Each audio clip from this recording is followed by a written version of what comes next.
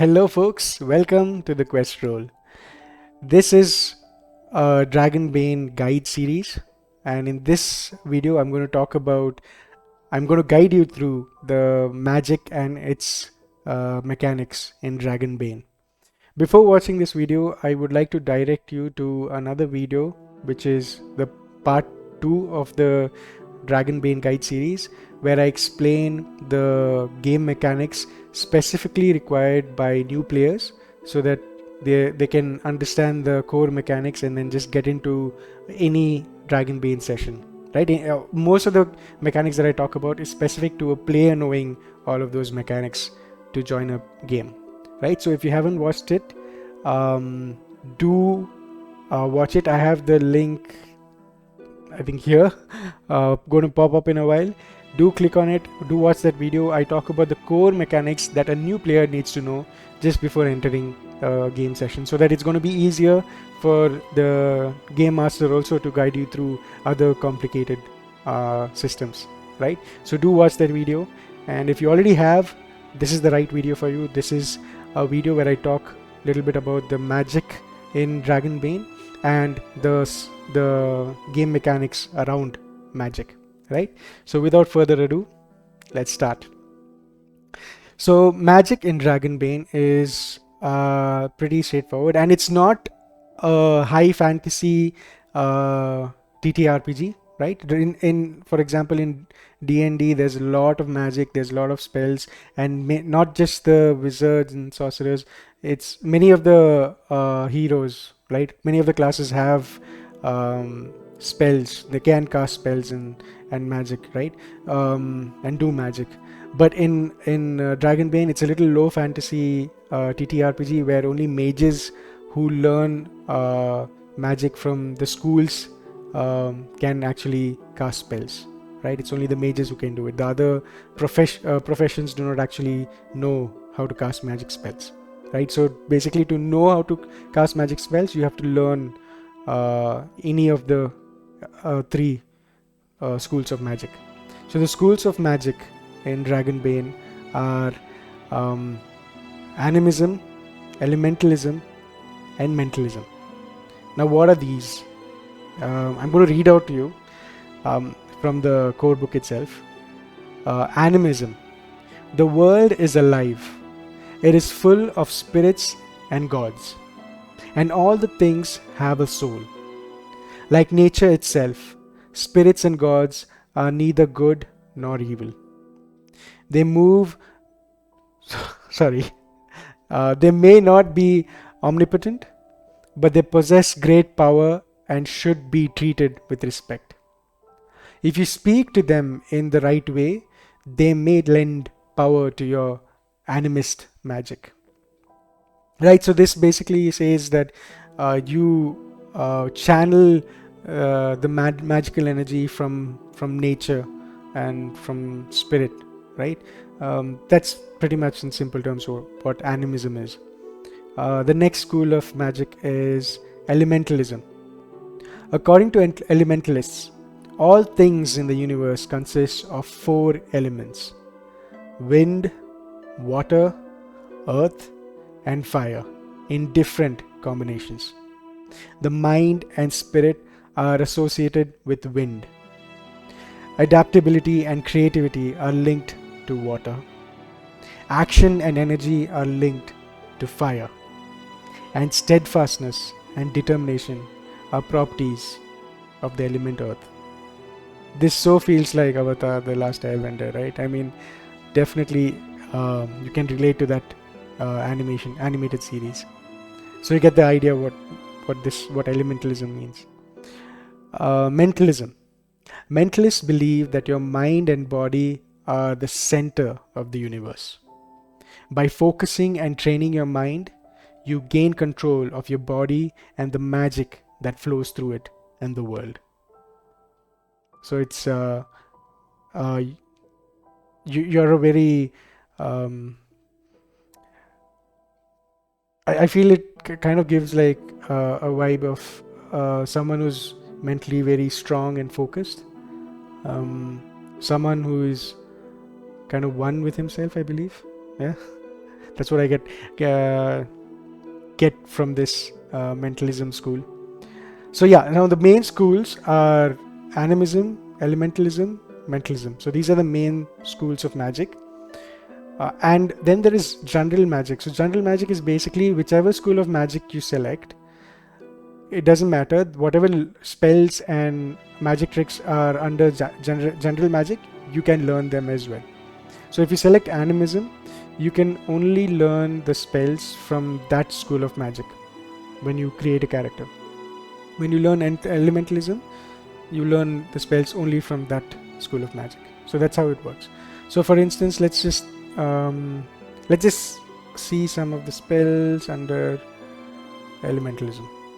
Right, so magic tricks are like cantrips in D&D. These are simple magic. You don't have to prepare them. You can use them quickly, and it only uses one willpower. So willpower is the main thing when it comes to many of the key key requirements as a mage. You need to have good willpower to cast magic. And so these magic tricks, which are simple, they will consume one willpower. And your other spells, right, more powerful spells, which need to be prepared. There is a system called power level. So there's 1, 2, 3 power levels. So if you use a spell like let's search for a spell, fireball. Okay. So I'll read about it first. Okay, now there are prerequisites that you need to know the element. You need to be a student of elementalism, right? The school of magic that is elementalism. That's the prerequisite. Required is word and gesture. Word and gesture. Okay. So now the spell sends a fireball from your hand or focus at the target. The fireball can be dodged or parried as a ranged attack. The fireball inflicts 2d6 damage on a hit and sets fire to flammable objects. Each power level beyond the first increases the damage by d6 or creates another fireball that hits another target within range. Now, so you understood by default, at the default level is power level 1. The damage is 2d6, right? And every level, the willpower that you use to cast this spell is 2. So at power level 1, I'm going to use only 2 willpower. When I want to increase the power, if I increase the power level to 2, it will become 4. If I increase the power level to 3, it will become 6, right?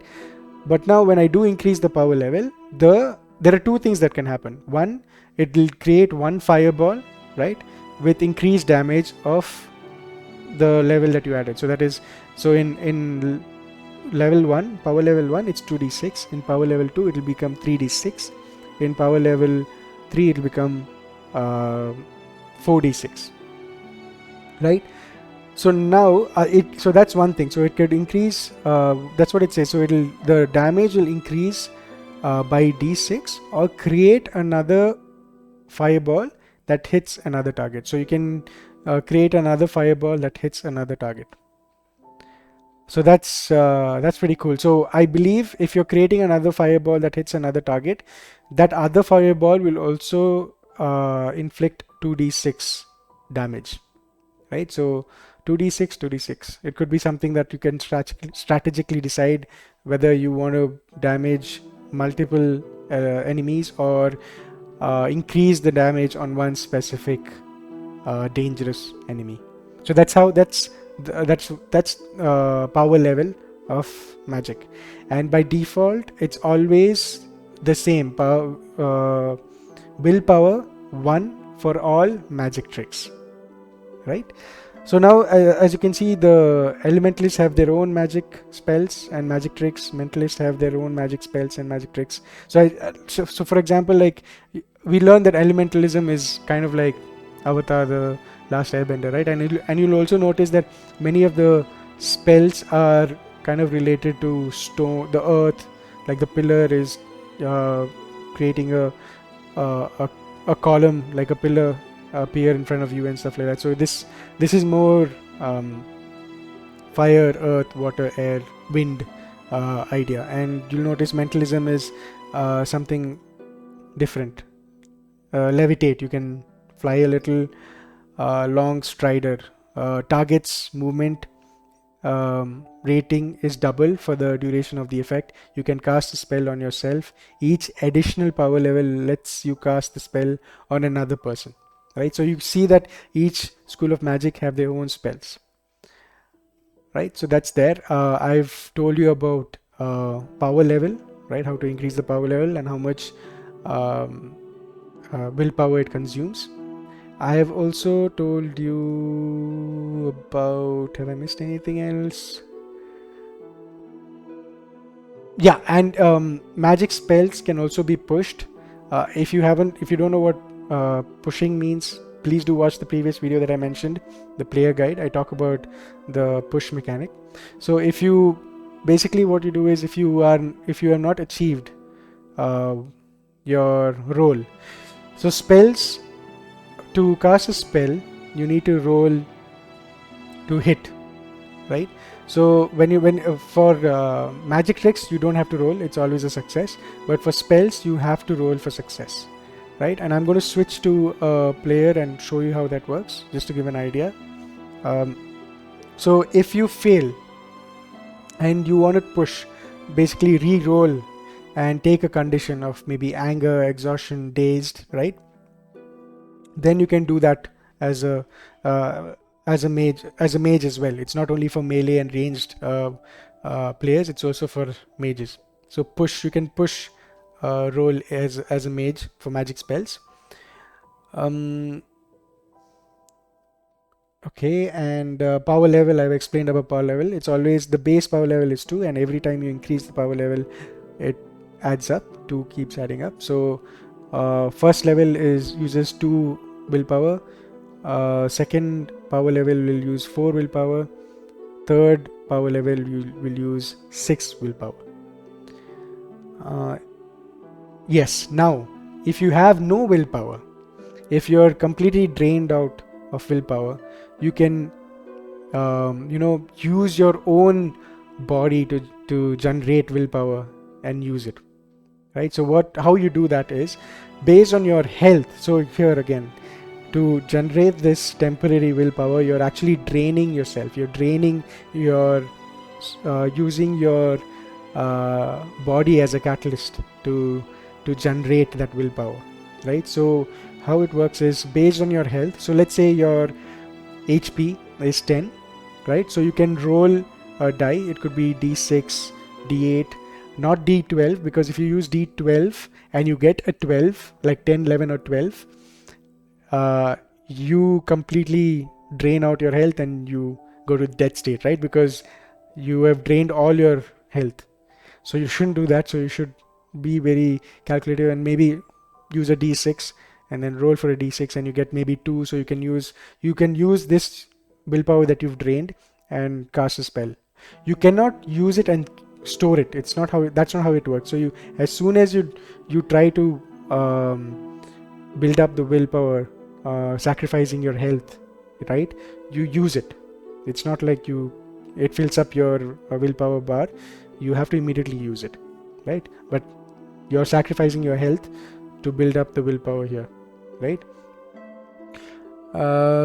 Magic doesn't work while wearing metal armor or holding a metal weapon. So whenever there is weapon in your hands or equipped around your body, you cannot cast magic. If you have it in your inventory, it's fine. You just shouldn't hold it. You shouldn't wear anything metal, right? The metal is like an opposing force to cast magic, to channel your magical energy. Rolling a dragon, right? So rolling a dragon is getting a critical roll. So again, here there is damage or range is doubled. So you can, so when you roll, when you get a critical roll, you can select few options from what the system gives you, right? I've spoken about the melee options when you get a critical roll, and ranged options when you get a critical roll in the previous video that I mentioned. Please do watch that. In when it comes to magic, it is one option is damage or range is doubled. Spell cost no willpower, so you can save that willpower. You can use the what do you say, cast a spell without using willpower, right? So how this works is, when you cast a spell, you need to let the game master know that you're rolling now, but you want to roll for maybe level power level 3, the maximum, right? And then you roll, right? So power level 3 consumes 6 willpower. Once you roll and you get a crit, right, a critical success, you don't use 6 willpower at all. You just channel your energy and cast a spell. It was so easy for you didn't have to drain any of your willpower. So that's the second option. The first option, like I said, is double damage or double range. The third option is cast second spell with Bane. So this spell that I casted at power level 3, I consume the willpower, I cast it and fire it at anybody or do whatever it does, and then I can use try to cast another spell, but with Bane, right? So that Bane means disadvantage, right? And you're still going to continue consuming your willpower here. Think about that, right? So yes, so these are the mechanics around magic. Like I said, let me just show you how it works in alchemy. I mean, just a setup here. So our character here, Adrian Moonbrook, is a mage. Now let me select and click on him. So now I'm playing as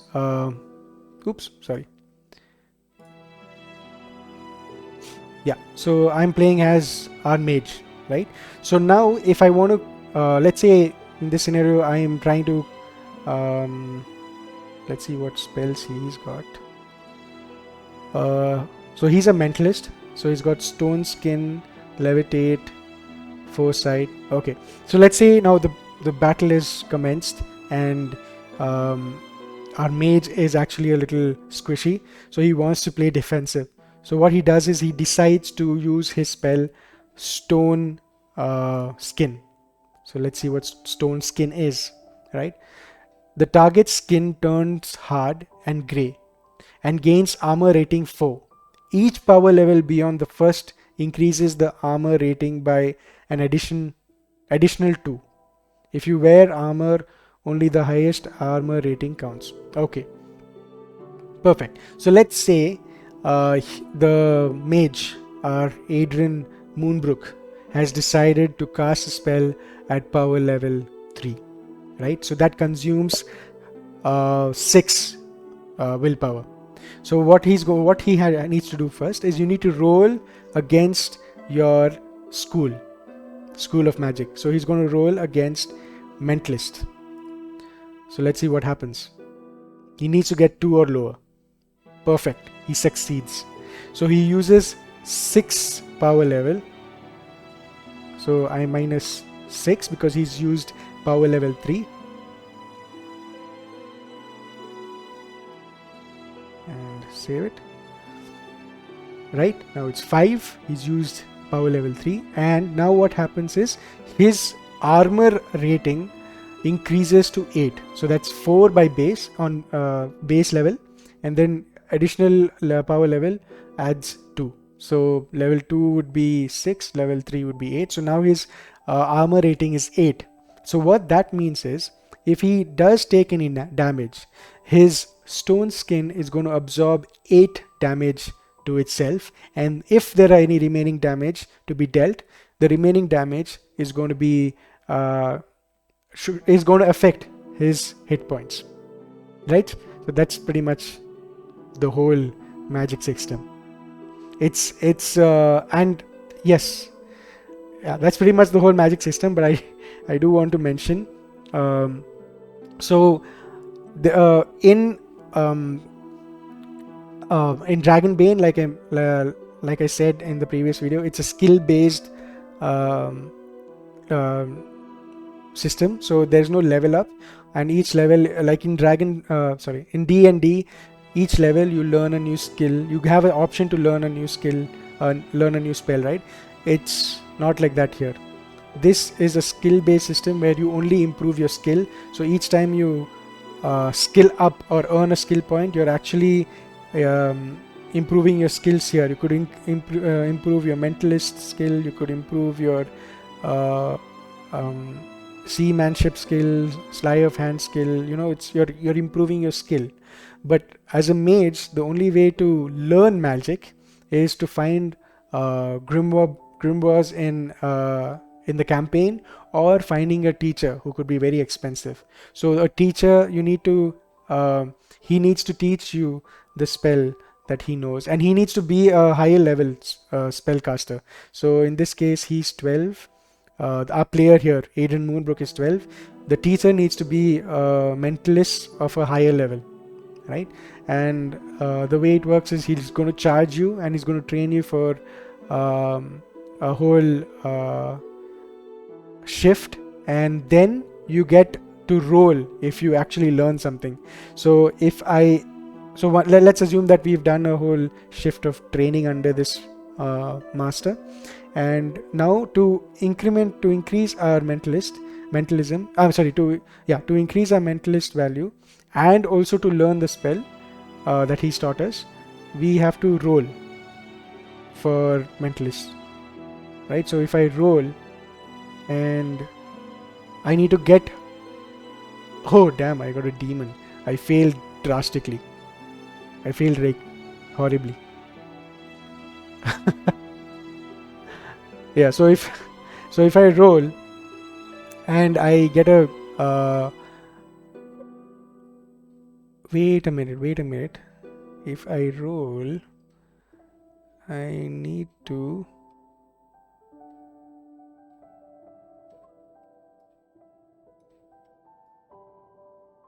wait a minute. Okay, I think I may have got something wrong here. So one thing is right. So once you learn, you train under a master, you get a point you get a role that you need to do for your mentalist. In this case, mentalist, and then you roll with a boon, with an advantage. But there's one thing that I need to check is when you roll for skill ups, I think you need to roll 12 or higher. Okay, I think you need to roll 12 or higher. I will confirm this and update it in the comments below, but I believe that's what it is. So this way, if you reach 14, you need to be 14 or above. Sorry, 15 or above, right? So it's basically the more experienced you are, to absorb to gain more experience, it's a little hard, right? Because you already know so much in your all these years that you have adventured in your world, that it's not easy for you to there's less knowledge out there to actually absorb. I think that's what the idea is. So usually everything is roll under, but I think when you're upskilling, it's your roll should be greater than 12. I will confirm this and update it in the comments below, but that's what I believe it is, right? So this is pretty much the things that are required by you to play as a mage. The other things I'm sure I'm going to talk about, I'm going to go a little deeper. There's going to be a little deeper dive into the mechanics of hazards and stuff like that, but that will be for more specific to game masters, to get them interested in Dragonbane TTRPG. But as a player, I think this is more than enough. You should be confident and play a game or session of Dragonbane. I hope you like this video. If you do, please like the video. Please do subscribe, because I'm going to make a lot of videos on various TTRPG systems that I'm trying to learn, trying to host, and I'm going to share those things that I learned, the experience that I've had with these systems with all you folks out there. So please do like, please do subscribe, and share, my friends. Share the joy of TTRPG with others who are interested. Anyways, guys, thank you so much for watching. Take care. See you.